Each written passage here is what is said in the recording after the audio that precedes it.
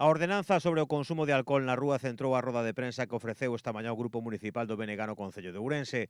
Ruth Reza e Luís Seara compareceron acompañados do responsável comarcal de Galiza Nova, organización juvenil da formación nacionalista Arta e Gavilanes. Dende a formación nacionalista piden non criminalizar a mocidade e ofrecer alternativas de lecer ao tempo que lembran que a día de hoxe o consumo de alcohol na rúa xa está prohibido.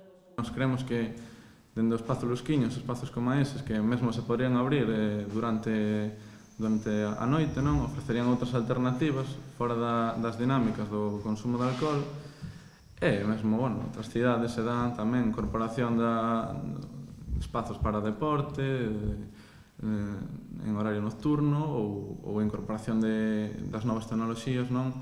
En cidades como Barcelona, Cibers 24 horas, ese tipo de actividades. E nós, dende logo, a alternativa son dar outras alternativas de ocio para a mocidade e non criminalizar nin porlle máis trabas ao botellón.